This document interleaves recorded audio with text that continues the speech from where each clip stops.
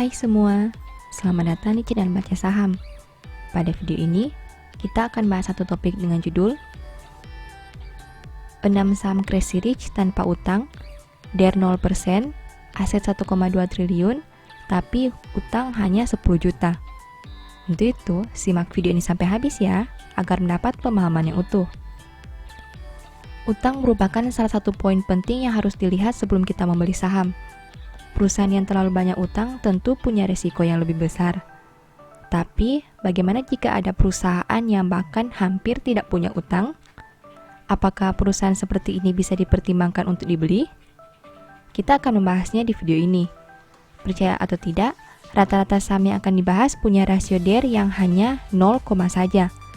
Bahkan, ada saham yang punya utang 10 juta rupiah, padahal ekuitasnya berjumlah 1,2 triliun. Penasaran saham apa sajakah itu? Mari kita bahas. Tapi seperti biasa, semua saham yang disebutkan bukan rekomendasi ya. Kamu bisa saja rugi jika beli saham ini. Untuk itu, disclaimer on tetap berlaku ya. Saham pertama Indo yang bergerak di sektor properti. Saham ini listing sejak tahun 2020 dengan jumlah saham yang beredar 20%. Indo mempunyai liabilitas sebanyak 1,6 miliar dengan total ekuitas 974 miliar. Saat video ini dibuat, saham ini mampu menghasilkan laba sebanyak 7,2 miliar. Dari data tadi bisa disimpulkan perusahaan hanya mempunyai DER sebanyak 0,17% dengan rasio ROE 1%. Bagaimana dengan valuasinya? Indo punya PER sebanyak 39,6 kali dengan PBV 0,39 kali. Untuk kinerja harga sahamnya, saat video ini dibuat, saham ini mencatat penurunan sebanyak 12% selama tahun 2022.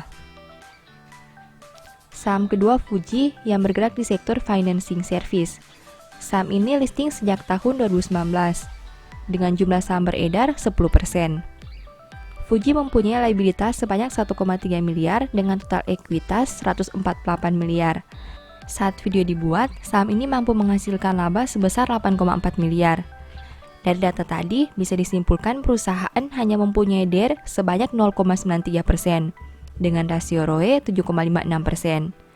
Bagaimana dengan valuasinya? Fuji punya PER sebanyak 74,6 kali dengan PBV 5,6 kali. Untuk kinerja sahamnya, saat video ini dibuat, saham ini mencatat peningkatan sebanyak 22% selama tahun 2022. Saham ketiga NIK yang bergerak di sektor holding investment companies. Saham ini listing sejak tahun 2018 dengan jumlah saham yang beredar di masyarakat sebanyak 19%. NIK mempunyai liabilitas sebanyak 1,3 miliar dengan total ekuitas 176 miliar. Saat video dibuat, saham ini mampu menghasilkan laba sebanyak 78,9 miliar. Dari data tadi bisa disimpulkan perusahaan hanya mempunyai DER sebanyak 0,74% dengan rasio ROE 59,51%.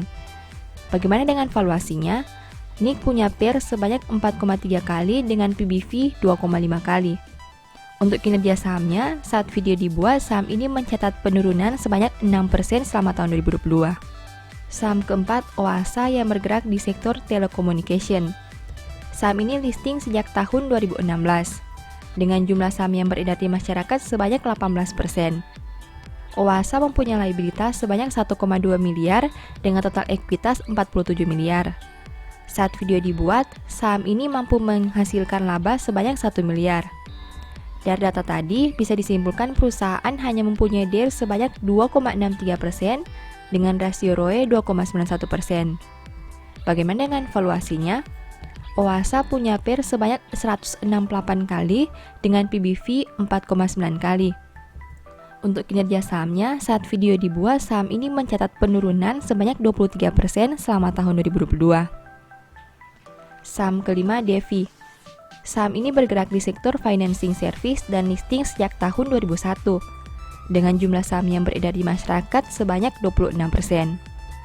Devi mempunyai liabilitas sebanyak 499 juta dengan total ekuitas 79 miliar. Saat video dibuat, saham ini mampu menghasilkan laba sebesar 5,9 miliar. Dari data tadi bisa disimpulkan perusahaan hanya mempunyai DER sebanyak 0,63% dengan rasio ROE 9,96%. Bagaimana dengan valuasinya? Devi punya pair sebanyak 126 kali dengan PBV 12,5 kali. Untuk kinerja sahamnya, saat video ini dibuat, saham ini mencatat peningkatan sebanyak 45% selama tahun 2022. Saham ke-6, LPPS. Saham ini bergerak di sektor holding investment companies dan listing sejak tahun 1994. Dengan jumlah saham yang beredar di masyarakat sebanyak 32%. LPPS mempunyai liabilitas sebanyak 10,4 juta dengan total ekuitas 1,2 triliun. Saat video dibuat, saham ini mampu menghasilkan laba sebesar 186,1 miliar. Dari data tadi, bisa disimpulkan perusahaan hanya mempunyai DER sebanyak 0%, dengan rasio ROE 19,65%. Bagaimana dengan valuasinya? LPPS punya pair sebanyak 1 kali dengan PBV 0,2 kali. Untuk kinerja sahamnya, saat video dibuat, saham ini mencatat penurunan sebanyak 13% selama tahun 2022. Setelah melihat pembahasan tadi, berikut ini kesimpulannya. 1. LPPS merupakan saham yang paling tua, di mana sudah listing sejak tahun 1994. Artinya, saham ini sudah berusia sekitar 27 tahun. Kedua, Fuji punya outstanding share terendah, yaitu 10%. Sedangkan LPPS punya outstanding share tertinggi, yaitu 32%. Ketiga, LPPS juga punya nominal utang terendah, di mana hanya 10,4 juta rupiah. Padahal perusahaan ini punya ekuitas sebanyak 1,2 triliun. Artinya, rasio DER LPPS bisa dikatakan 0%. Keempat, NIK mampu menghasilkan ROE tertinggi sebanyak 59,51%. Kelima, dari segi valuasi, LPPS juga punya valuasi terendah dengan pair 1 kali dan PBV 0,2 kali. Keenam, saham Devi punya kinerja terbaik dengan kenaikan harga 45% selama tahun 2022. Sebaliknya, saham Oasa mencatat kinerja terburuk dengan penurunan 23%. Demikian pembahasan yang bisa disampaikan. Selalu ingat bahwa saham yang disebutkan bukan rekomendasi ya. Kamu bisa saja rugi jika beli saham ini. Untuk itu, selalu analisa dulu. Disclaimer on tetap berlaku ya. Demikian informasi pada video ini. Semoga bisa memberi manfaat kepada kamu semua ya. Oh iya, saya mau menyampaikan bahwa sekarang Baca Saham punya 3 e-book tentang saham yang mungkin saja bisa berguna bagi kamu, yaitu Strategi Nabung Saham, Analysis Report, dan The Stock Market. Berikut perbedaan antara 3 e-book tersebut. E-book Strategi Nabung Saham berfokus pada pembahasan teknik, money management, dan semua hal yang berhubungan dengan nabung saham. Poin intinya bisa dilihat pada tampilan berikut ini. E-book Analysis Report berfokus pada hasil analisa fundamental 12 saham pilihan berdasarkan laporan keuangan terbaru. Poin intinya bisa dilihat pada tampilan berikut ini.